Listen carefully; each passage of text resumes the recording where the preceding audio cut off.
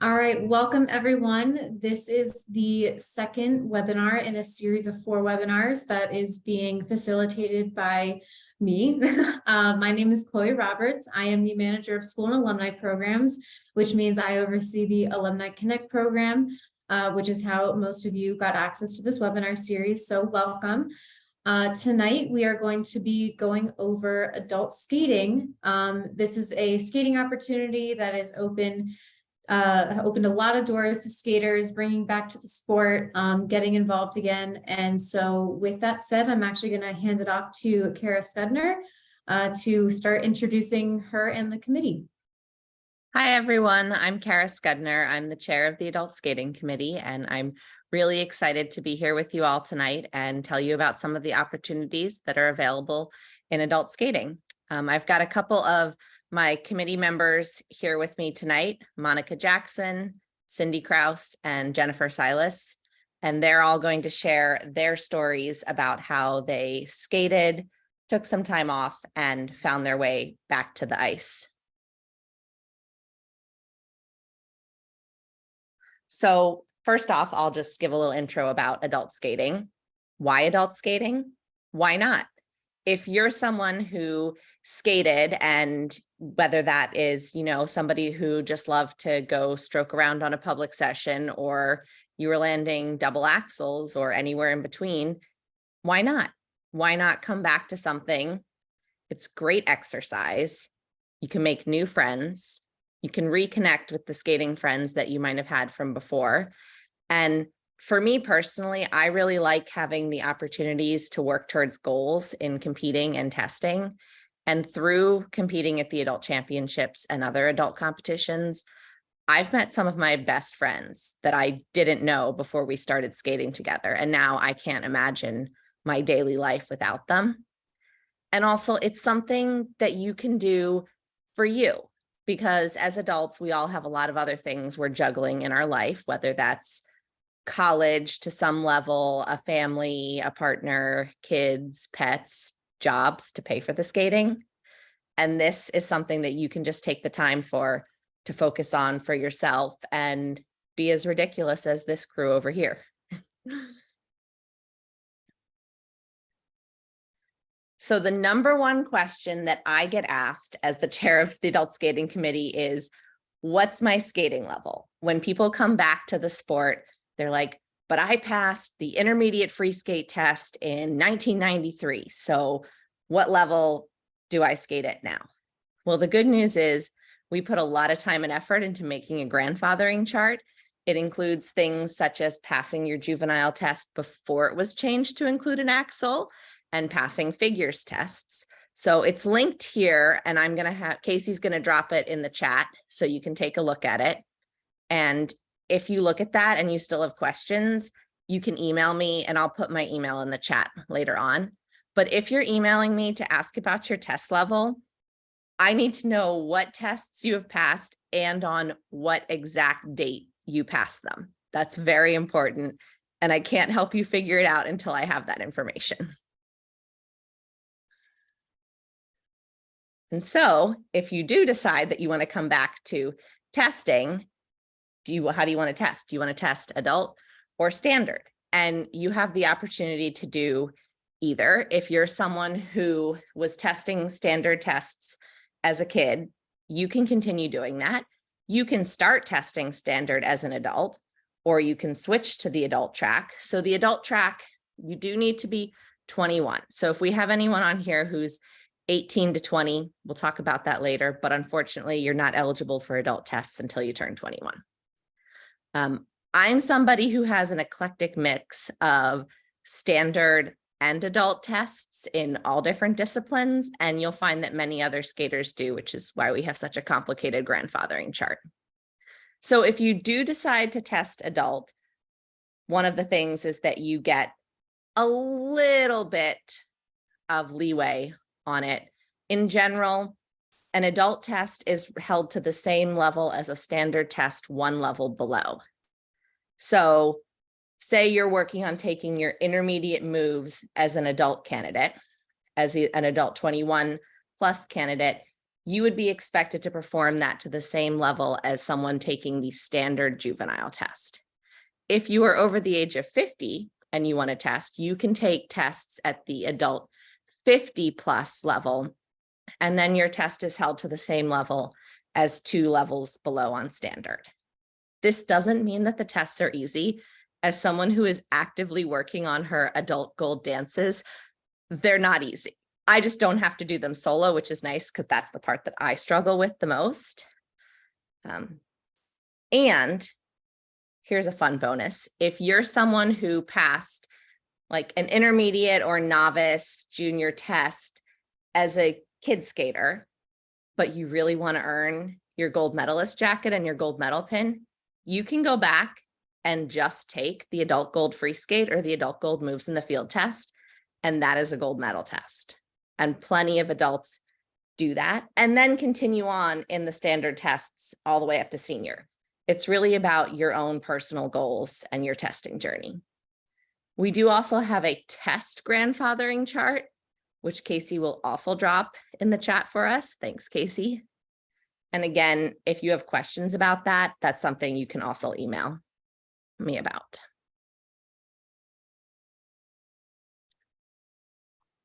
And now, my favorite competition of the year. So I just wanted to give a little bit overview of some of the events that are offered at the Adult Championships, because I've found that a lot of times people who don't know about it think that it's just the championship free skate events. And the Adult Championships is so much more than that. We have all sorts of open events that you don't qualify for. You enter, show up, and compete. And what's nice is that because this is the Adult Championships, you get the opportunity to compete with other skaters at your same age and level, which a lot of times if you're competing at a smaller local competition, all of the ages for the same level are going to be grouped together. So I'm not going to read through all of it, but you can see that we've got free skate singles, pairs, partner dance, solo dance, free dance, showcase. And then we also have the championship events. That's what most people think of for the adult champs, in which skaters have to qualify by placing in the top 4 at their adult sectionals. The adult sectionals also has open events, and that competition is open to our skaters who are ages 18 to 20, which I'll talk about that more at the end.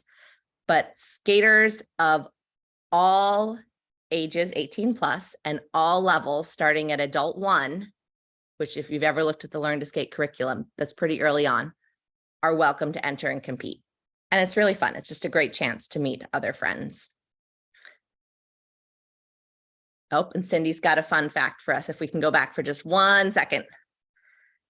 Cindy just wanted to share that the people pictured there are what we refer to as our lifers who have competed in every single one of the adult championships. And I believe that they are all entered and will be competing at the 2023 adult championships in April.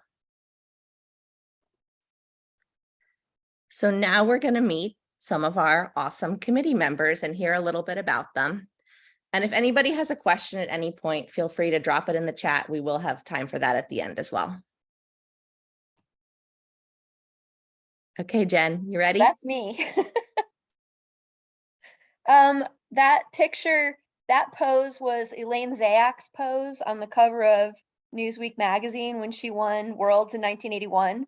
And I had it hanging on the room, on my bedroom wall. And so I copied it. I skated quite recreationally growing up in upstate New York and passed in my club. We just did 30 minutes of patch, an hour of free skating, and 30 minutes of dance 4 times a week. And so you basically just did it all. And then when you could take a test, you took the test. We never hosted a competition. I never heard of anybody going to a competition.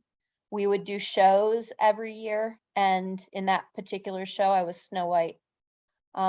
But I loved skating always. And so I took I guess I got through first figure, juvenile free skate, and up through my 14 step, and went to college, kept skating at college. I satisfied my PE credit with independent study figure skating, and then moved to Atlanta to start a job. I grew up in upstate New York, moved to Atlanta to start a job, and went skating a couple times, but mostly didn't skate at all.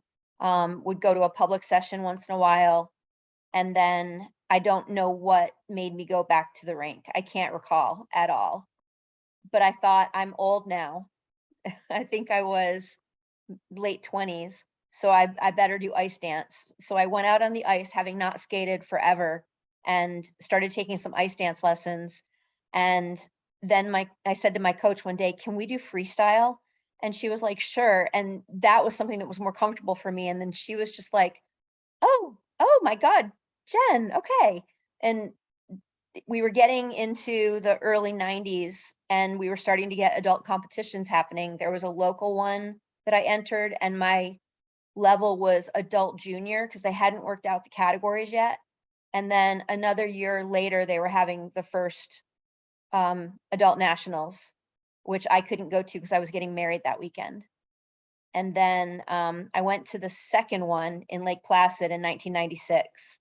And then after that, being married and having kids, I pretty much stuck to competitions around Atlanta until I quit skating pretty much altogether once my kids and my work kind of overtook everything. And then I came back about 5 years ago. So went to adult nationals in 1996, and then went to adult nationals in 2021. So unlike the lifers that did 25 years in a row, I took 25 years off between my two adult nationals. We've got one more slide with a fun, more recent picture of Jen. There we go. Yeah, that's from, I guess that's from 2021, maybe, yeah.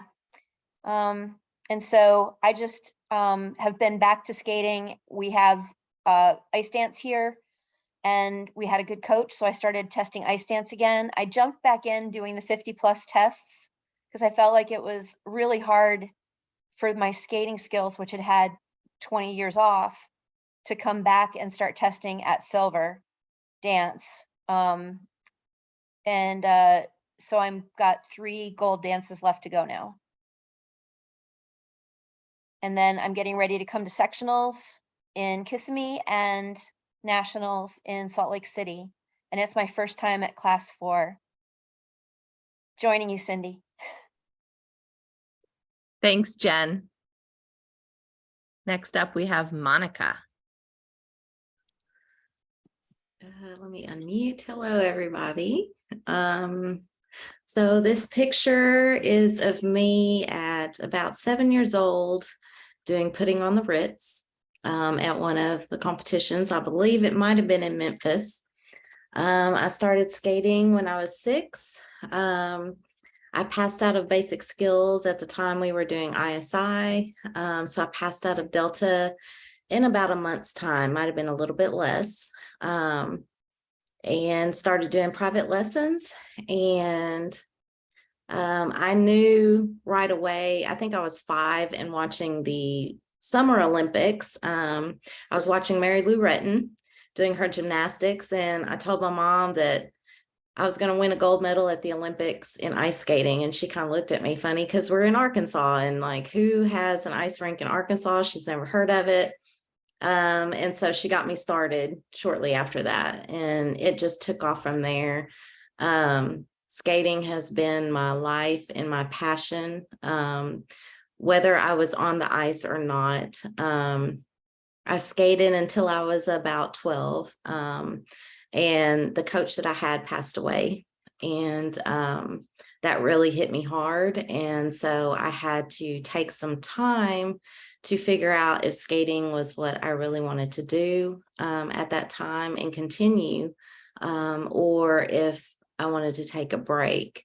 And I really wanted to stick with it, but we had coaches coming in and out of our rink that would stay for maybe a little while, and then they would leave. And so I just didn't feel I had that security with someone. And so I decided to take a break. And I came back at the age of 19 or 18. And skated hard. I passed when I was younger. I passed up through intermediate in figure 3 and did bronze ice dance. And then when I came back at 18, I finished. I took my junior free skate and my senior field moves, and then I got really, really sick and had gotten pneumonia and 4 times in a year. And they were basically like, you're playing 50-50. So I had to take time off, let my lungs heal. And I just figured, well, that's the end of my Olympic dream, because that was the last round that I could hit it hard and maybe possibly make it. Got into film, moved to California, got into film and TV. Yeah, thanks. And and did that for a while, and then ended up moving back home. And was just kind of at this weird crossroads in my life that I didn't know what I was going to do as far as job wise, because TV and film here in Arkansas is not that big. And so one day, a friend of mine who had passed away left me a note about my skating and what skating meant to me. And it was my joy and that it was my life. And so that note happened to fall out of a book that I was reading. And so that was my sign for me that, okay, I need to go back, because it just has always haunted me. I wake up smelling the ice when I wasn't on the ice. I watched skating and my heart would break, that I just longed to get back out there and just like Jim, just like, well, I'm too old. There's no way I'm going to be able to do it, because at the time there wasn't really an adult track. And so I came back in my 30s and completed all of my, there again, thinking I'm too old, I'm going to do ice dance. Started doing ice dance, and my coach was like, well, you could still do freestyle. And so was, still could do my doubles. But for whatever reason, I just felt more drawn to ice dancing. And so I've passed through all my standard solo, partnered free dances, all my pattern dances, through gold. I competed at Adult Nationals in 2019 for the first time since 2003. And I've been coaching and competing and taking tests since, and I don't plan on leaving anytime soon. Not until probably I can't skate any longer physically, which, like I said on my thing, hopefully it'll be when I'm 100, if I make it. So so that is my. Thanks, Monica. Maybe you can be the first 100-year-old to win the Yvonne Dallin Trophy. That would be awesome. So next up, we're going to hear from Cindy Krause and her skating story. So I think that one of the reasons that I'm on this webinar is that I think I'm the person that, if you're thinking about coming back to skating, but you have doubts about it, or doubts about competing, or there's excuses or barriers or whatever, I'm the person that you need to talk to tell you that none of those are standing in your way. Because when I was a kid, I started at like 7, and as it says here, I skated for like 6.5 years. It was purely recreational. I didn't compete or anything like that. We had our shows, which were like recitals. I only took group lessons. I didn't take private lessons, and I mostly skated pairs, because the rink where I skated, which was about the size of a postage stamp, they just encouraged everyone to have fun. And bless them, because we sure did. I mean, it was great and I loved it. And I skated till almost 14. And then I was going into high school, and I realized that skating is more of a solo thing. And I didn't feel like I would have time for all the things I wanted to do in high school. So I left it behind. And while I missed it, I really did not skate. And it was almost 35 years later when my niece wanted to try it, and everyone in the family was like, oh yeah, no, that's not for us. Why don't you ask Aunt Cindy? She used to skate. So I got back on the ice with her. She turned out to be like a board hugger. She didn't really care for it much at all. And I was like, wow, this is the best thing that's ever happened to me. And really, that's sort of the message that I want to give you, which is it is the best thing that's ever going to happen to you, to get on the ice and to have a great time. Doesn't matter what you decide to do, what discipline, whether you compete or not. There is such an amazing group of skaters out there, adult skaters, that will welcome you and will help you. And I always tell everyone, my worst day on the ice is better than my best day off the ice. And I feel that every day.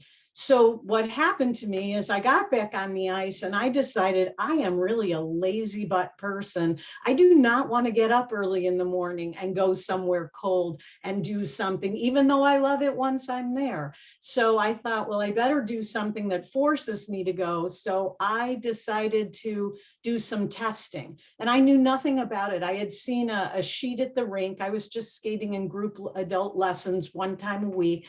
And I saw this sheet and I knew nothing. I wrote my name down like, yeah, I'm going to go take, the bronze adult moves in the field. And I got a call from the test chair and she was like, well, who are you? And, where are you from? And do you have a coach? And I'm like, no, I have none of those. I just read about it online. And this really isn't the way to do testing, by the way. But she said, well, if you get a coach and then she or he can evaluate you. And then maybe, you'll want to maybe take your name off the list and practice a little and then come back. So I found a coach and I met with her and she said, so when is this test? And I said, Friday. And she said, oh my goodness, well, let's see what you can do. So I got out on the ice and I'm going around and, my body is not the body that I had when I was 14. So there's one of those barriers. If you think you're not fit enough or whatever, don't even let that stop you. But I got out there and she looked at me and she said, oh, are you aware that a crossover is 2 pushes? And I thought, oh, this isn't boding well. But she said, no, it's all right. Let's work on it. We worked on a few things. And I'm telling you, I was hooked. So what happened though is at the beginning, and I did test that Friday and I did pass, by the way. So I did the world's worst waltz jump in the world, and yet I did a very nice flip jump. So hey, who knows? What happened to me though is that at the beginning, it was really hard for me to spin. So I would get nauseated. So for 3 months, I would go on the ice, have a great time, go off the ice, not such a great time. And then ultimately, I got my wits about me and, wound up staying on the ice. It is the best. I mean, it is just the most amazing thing to me that at whatever age, it doesn't matter how old you are, that you can get out there and you can do this and you can have fun, you can push yourself and you can feel this joy and this passion that we're all talking about. For me, because I had tested as a kid through the ISI, like some of the others had, it meant that I had to go to the chart and figure out where I needed to be. And at that time, I needed to skate at what is called the adult gold level. And that's people like have an axle and all that. So I had to pass all of the US figure skating tests up to and including the gold level in order to be able to compete. And so I did and got out there and discovered that, there's this great group of people. Everybody is, has their backstory, and I'm one of them now. And so this picture, I love this picture because this really is what we're talking about here. So this is from actually, I think, Midwestern sectionals in Springfield a couple of years ago, because I'm 63 and I'm 65 now. We have everyone on this podium ranges from age 20 through 63, which is me, which just shows you the inclusivity. And also look at us, we're having a blast here. I mean, this is good times. So now I'm working on things that I never had as a kid. I didn't have any double jumps, and I'm working on double sow and double toe. I actually, my exciting thing for me is to qualify for the championship events, because it's the top 4 people from each of the regions, and it's all ages. And for me, that's a huge challenge. And I'm almost always the oldest person that's in the group. In 2009, I actually won the championship event, and I don't know that it's verified, but I was almost 53 at the time. And I think that's the oldest person to win that particular event. And as I put on here on the slide, it just cracks me up, because I'll get on a podium and people will turn to me and ask me how old I am. And I tell them my age. They used to say, oh my gosh, you're older than my mom, and now they're like, oh, you're older than my grandmother. And I'm like, yes, that is great. So that's my story. Thanks, Cindy. We're going to open it up for some questions. We did get a couple when you guys registered for this webinar, but I'm not sure if the people who asked those questions are on here. So if you're here and you have a question, feel free to type it in the chat, or you can unmute yourselves and ask your question.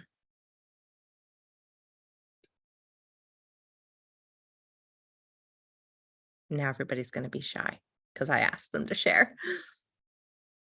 So while you think about your questions, if you have any, I'll just talk a little bit about one of the questions that we had when the registration for the webinar came out was, what opportunities are there for skaters who are ages 18 to 20? Because the adult championship starts at age 21, and the championship qualifying events also start at age 21, as do the adult tests. So sometimes those skaters who are 18 to 20 can feel a little bit like they're forgotten about, but don't feel that way, because we want you to come skate with us. So skaters who are ages 18 to 20 are welcome to compete in any of the adult non-qualifying events and competitions. So this is basically any competition that offers adult events except the adult championship and except for the championship events at adult sectionals. So that's just called the young adult age category. And the skaters in that age class will often get combined with the age class 1 skaters, which is 21 through 35. But this means that if you are someone who's 19 and you've got a preliminary free skate test that you took when you skated, and you'd like to try out adult skating, you are eligible for the adult bronze free skate event or showcase events using our handy grandfathering chart. And you're welcome to, and will be welcomed with open arms to come join us at any of those non-qualifying events. And the moment you turn 21 before February 1st, we'd love to have you join us at the adult championships as well. And just to quickly chime in, Kara, other opportunities for 18 to 20 while you're waiting to start participating in the adult skating program. If you're attending a university or a college, you are also welcome to join the collegiate skating program. Correct me if I'm wrong, Kara, I don't believe there are any I'm blanking. You can on do the both. word. Thank you. That's what I'm trying to do both say. at the same time. And we actually, there was an article in Skating Magazine last year about 3, or maybe it was on Fan Zone, 3 of the college students who competed at the adult championships. You can do both in the same season at the same time. Several skaters have done that. And a clubmate of mine actually competed at the adult championships. She was a college student at University of Delaware, and it was held there, and she was 21. And she just competed in a showcase event. She hadn't competed freestyle since high school. She's got her senior free, but she watched the junior, senior ladies compete, and she was like, I think I want to start competing freestyle again. Like, this is fun. All of these people are competing because they want to. Everyone wants to be here because they love skating. Exactly. So you can do both. We would love to have you in both places, just not on the same day, because that's a little tricky. So let's see, Becky, your question about, do you mean the different age classes in the competition? Yes. So the age classes are just simply how we break the skaters up by age. So young adult is 18 to 20. Age class 1 is 21 through 35. Age class 2 is 36 through 45. Age class 3 is 46 through 55.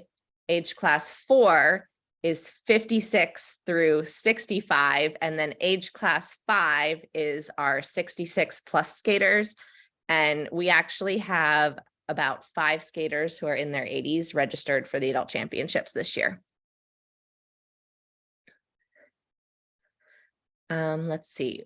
Would anyone like to answer the, have you run into any physical roadblocks with advancing your skills? Cindy, have at it.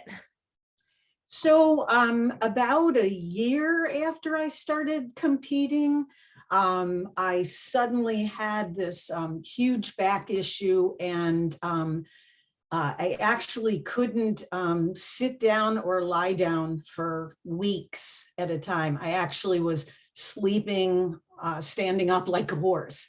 And it turned out that I have a condition, and I've probably always had it. It's nothing that skating created, but a series of things happened, and I basically couldn't even move. And as I went to physical therapy, I went to a therapist who basically told me that I would never look up again. I'd never be able to look up at the ceiling again. And I thought, well, this is unacceptable. You are the wrong person. And so I actually went to a physical therapist who was an ice skater herself. And she talked about 360-degree range of motion, not just in 2 planes.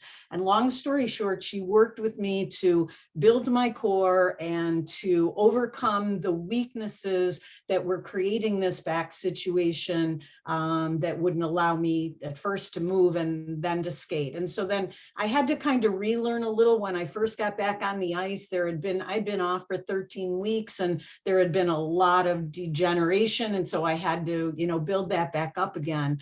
So that's something I personally overcame. And all of us as adults, I mean, we have a range of ability, and you find yourself, you're less flexible than you used to be perhaps, or maybe you don't hear as well or see as well, or, we have skaters who have had knees replaced, hips replaced, their cancer survivors. There's so many of these backstories, and each individual one is beautiful because you do what you can do. And so if you're working with a good coach, you will find ways to play up your strengths, to work on areas that may be weaker, but also to avoid the things that are triggering. So like when I first came back, I was crazy. I loved to jump, and I jumped and jumped and jumped. And I'm pretty sure this is what, triggered my back injury. So I read everything I could, and one of the Olympic skaters had talked about if he had his life to live over, what would he do differently? And he said, I would train smarter rather than harder. And I took that to heart and thought, okay, what I need to do is I need to come up with what's right for me and my physical ability. And that is not, in my case, not doing a layback spin or a hair cutter or anything like that. And yet there's many, many things that I can do. So I guess what I'd suggest is that everybody, you recognize what your issue might be and then work with that. But I do think it can be overcome. And there's adaptive skating as well. So if it may not be a physical issue, it may be a mental issue. It may be, any number of things. I would just say that, if you work with the coach in the community, I think you'll find a way to continue skating no matter what. Yeah, there's room in skating, especially adult skating, for everyone. You just have to figure out what works for you. The one thing I think that it can be sometimes hard when you know that you used to be able to do something, and it just, your body like, I know in my brain what an axle feels like. I remember what it felt like to take off and do it. I can't recreate that. And the multiple falls became too much for me. And it was something I decided that I wasn't going to keep pursuing. And that's hard mentally, as well as the falls were hard physically. And when I first started skating this time around, 5 years ago, I had a spot in my program where I was going to put the axle. And I was just coming back to skating. So I still had a mentality towards the 6-0 skating system, and I was putting in my old combination spins, and I was killing myself with things, and got to a point where I was making these programs that I simply couldn't keep up with. And so when I went to do a competition, it was completely unknown. I didn't know what was going to show up on any given day. And this current program that I have right now is the first time that I have really put in things that I've done. And I don't want to make an argument for simplifying or dumbing things down, but I struggle to do a sit spin. I have a little bit of arthritis in my left knee, and so I am not doing a sit spin. So you basically work with what you've got, which Cindy articulated really well earlier. You do learn to work with what you've got. And one of the really great things that IJS does is it lets you really play up those things that you can do well. And if my best jump when I was younger was an axle, and now my best jump is a single sow cow, I can make a really cool entry. I can make a really huge sow cow, and I can make really good flow coming out of it. And I can get +3 GOE on a sow cow, on a 1S. And IJS makes room for that. And it has been a little bit of a journey for me to appreciate what I can do instead of constantly comparing myself to what I used to be able to do. But the time that I took off, the last time off the ice, 15 years, is the longest that I didn't skate. And it's been hard to get some of these skills back.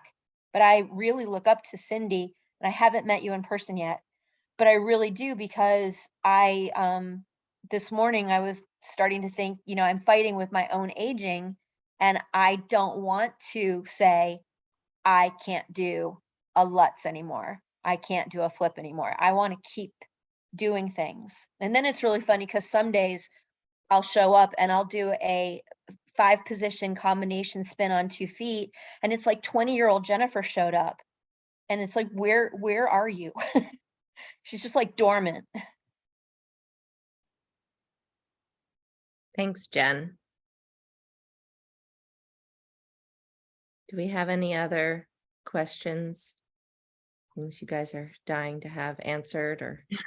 I have a good kind of I discussion. want to ask a question of the people who are on the webinar to get information. Are you guys currently skating? Yeah, that's a great question. Are you thinking about your transition into adult skating, or are you people who used to skate and haven't been skating?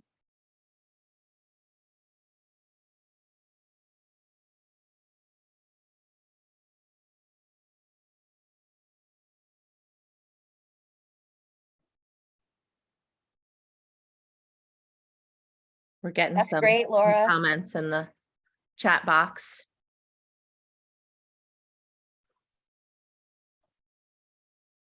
Brittany's coming back after 15 years off the ice. Adult skater and coach, Becky. We love coaches who love teaching adults.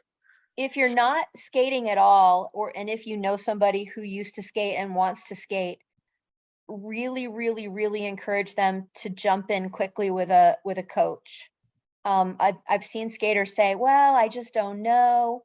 But to me, the commitment of having that time reserved with another person made me get to the rink.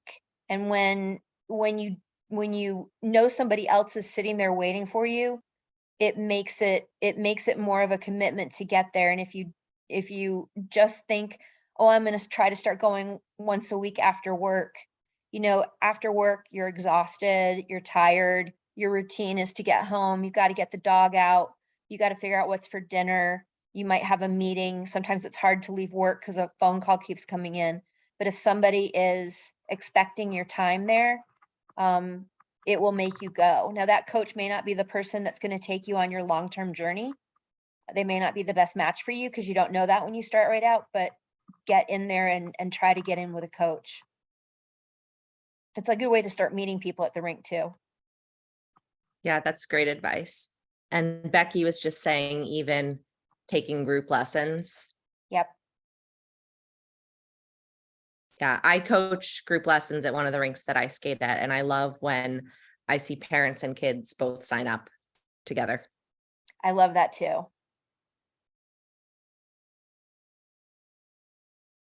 I like to try to think too, at least I hope, when Cindy was saying that she's had skaters say you're my grandma's age, when you're at the rink with a bunch of 14-year-olds. I did a camp recently. We had a camp with Jason Brown, and I realized that I was possibly 40 years older than most of the kids at the camp.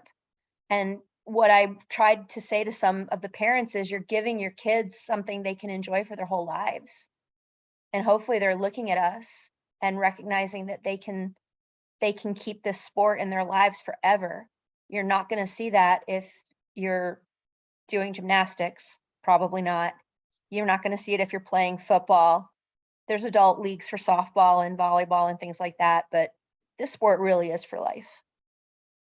Yeah. And as adult skaters, you can inspire the kids and teens at your rink. I know my rink's got a pretty good crew of adult skaters in the mornings. And one of the coaches, she doesn't have adult students, but she goes, I wish my kid skaters would work as hard as the adults do every week.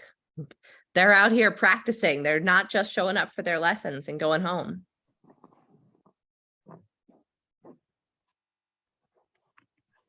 I think one of the things that's sometimes hard for people coming back skating, not just what you talked about, Jen, which is, wow, I maybe can't do what I could before, but just in general, as adults, we don't like to feel foolish, or we don't like to look bad. We worry about what people think. We worry like, well, there's those skate moms and dads in the stands watching me, and what must they be thinking?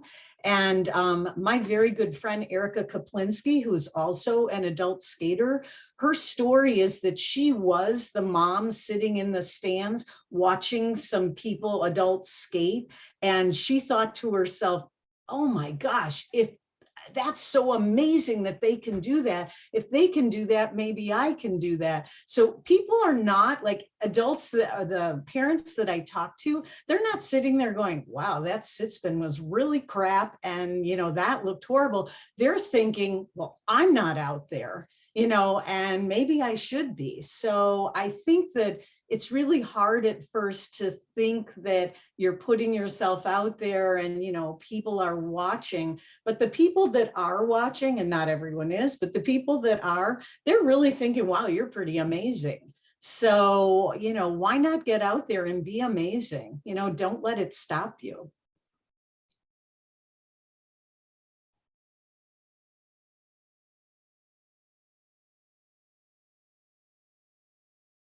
We can give it another minute or two in case there's any questions. Chloe, did you have a question or something you wanted to share?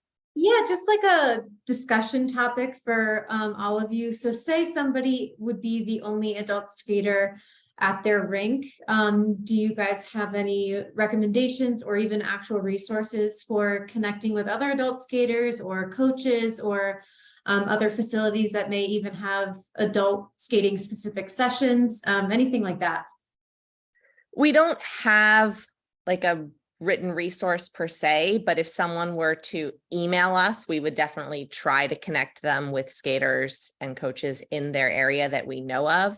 There are also some Facebook groups aimed at adult skaters, and often I'll see people on there saying, hey, I just moved to so-and-so, or I'll be visiting this place for work. Where are their adult friendly sessions? It can be hard to be the only adult at your rink. When I came back to skating after college, I was the only adult interested in competing. And we did have a couple others show up and start taking some lessons. And I basically nagged them until they signed up for a competition with me. I think they signed up so that I would stop asking them to sign up.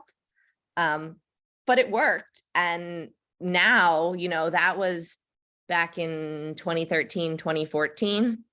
And at the 2022 Adult Championships, my tiny little club from rural Pennsylvania won the small club That's team great. trophy. So I'll just keep nagging people till I get them to come skate with me. One of the things that I really enjoy are the adult camps. I'm in Georgia and there's one in Nashville. And I know that there are several in other places, but there's also one in New Hampshire that I've gone to. There's one in Boston in the summer. And from that Facebook page, we do keep a resource list of Yes, the adult-friendly Adult camps Skating and Committee competitions. keeps But a list. camps are such a great way to connect with other, they're not kid camps, they're adult camps. And that's such a great way to connect with other adult skaters. And I found that no matter which camp I've gone to, it doesn't matter what level you're skating at, they adapt everything so that I end up, even at one camp, we did 30 minutes on stopping. And it was awesome because I had never actually learned how to do a tango stop. And, we did all kinds of crazy stops. So that's a good resource and a fun thing to do. I just dropped it in the chat. Thanks. Yes. And also, if you're Ice Dance hanging Weekends, out yeah, on here Michelle. and you don't already, please follow the Adult Skating Committee on Facebook and Instagram. We post lots of great info there. And it's also a great place to reach out and ask us questions, as well as my email, which I will put in here again. And then in addition to that, we did also have Casey Mallory on this call. She is the manager of skating programs, and adult skating is one of the programs that she oversees. Casey, if you're still on this call, would you mind speaking up and also popping your email into the chat just as a resource for anybody who has questions? Yeah, absolutely. I'll put it in the chat right now. If anyone needs help with anything, I oversee, like Chloe said, the adult programs as well as some others. Just please feel free to always reach out. I will type my email in now.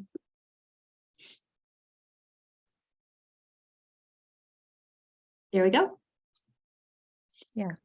So if there's no other questions, you can always email us, Casey, myself. If I don't know the answer, we'll find it for you. But thanks for coming, everyone. I hope you learned something, had fun hanging out with us for 40 minutes tonight. And thank you all so much from our Adult Skating Committee. We truly appreciate you being here and hosting this. I loved hearing your stories. I will say I was texting Casey during some of your stories and I was like, these are they're so passionate about the sport. And that's probably why I kept forgetting to switch slides, Kara. I'm sorry. Okay. I was just so enthralled with what you guys are saying and your stories, and they were just so rich and full of enjoyment for the sport. And that's exactly what I want to see out of the adult skating program and also this alumni program. So with that said, thank you all so much for joining us tonight. We can stick on for a little bit longer in case you have any lingering questions or just want to chat a little bit, but otherwise I'm going to stop recording. You guys are free to head out and enjoy the rest of your Wednesday evening. Thank you.